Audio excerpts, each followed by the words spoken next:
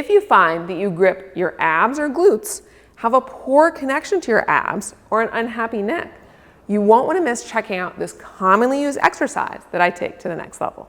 Segmental Cat-Cow is one of my favorite exercises for building body awareness and unsticking parts of the body. That being said, too often people go into it without any specific intention, resulting in them reiterating old habits and patterns instead of developing new ones. So let's talk through it to bring a new lens to the movement, help you get the most out of it, and give you information for what else your body might need. Today, let's explore a segmental cat-cow to not only use it to improve proprioception of our spine, mobility in our rib cage, pelvis, and spine, as well as core connection, but we can also use it to look at, where do I need to get a little bit more movement from in some other exercises. So let's dive in. We're going to start off with shoulders over wrists and hips over knees. We're maintaining that alignment throughout the movement. I'm going to start off focusing with the movement happening at my pelvis as I go into flexion.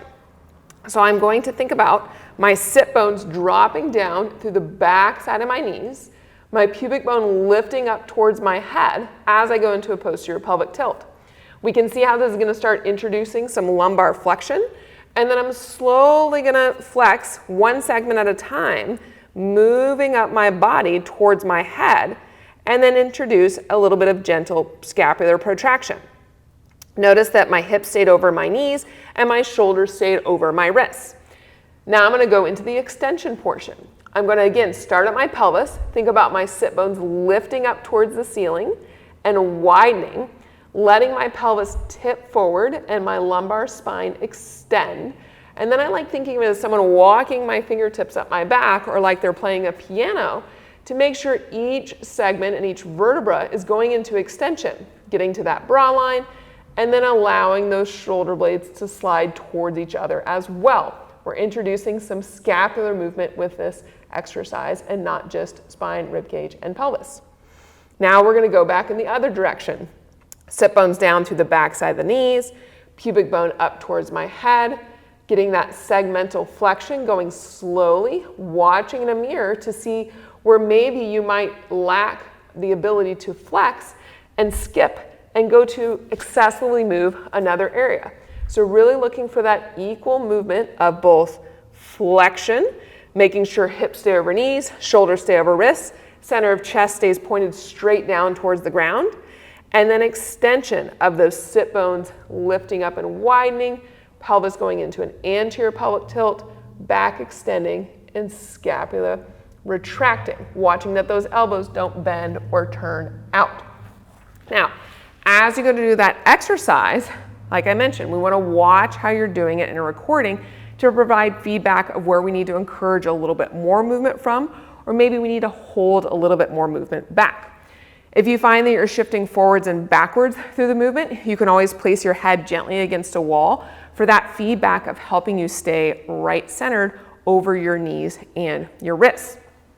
Now, as we go to do that exercise, if you find that you have a hard time bringing flexion to that lumbar spine, you can do some other exercises like prone breathing over a ball or hanging out in a full squat and breathing, where we're using gravity and position to decrease stiffness in that lower lumbar spine that can bring too much extension to our back, overly lengthening our abs, and affecting attaching muscles in our hips and pelvis. If you find that you have a hard time not overly rounding through that mid-back, or you tend to kind of overly crunch down or shift back when you go to flex, then that can indicate that maybe we need to focus on not pushing as much in the upper half of our body and focusing more on connecting with our lower half. Now, when we're going into the extension component, if you find that you're limited with extending in that lumbar spine, that can be indicative of those individuals that tend to grip their glutes and have a flattened lumbar curve. So maybe we need to do some extra work to help with opening up the bottom part of our hips and eccentrically lengthening our hamstrings a little bit. Maybe we need to actually focus on trying to let our lower belly hang down. This can be particularly important for those individuals that have had a C-section. and thinking about getting that little bit of wiggling action going in that lumbar spine to help free it up.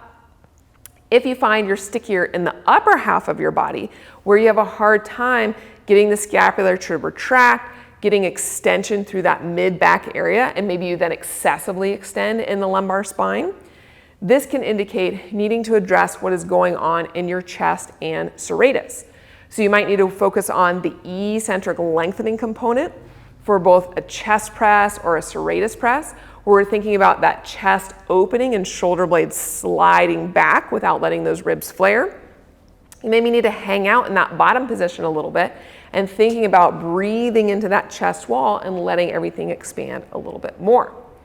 Now on the flip side, if you have a hard time rounding through that mid-back and maybe you're one who's more prone to a rib flare, then we maybe need to work on decreasing the stiffness in the posterior scapular musculature.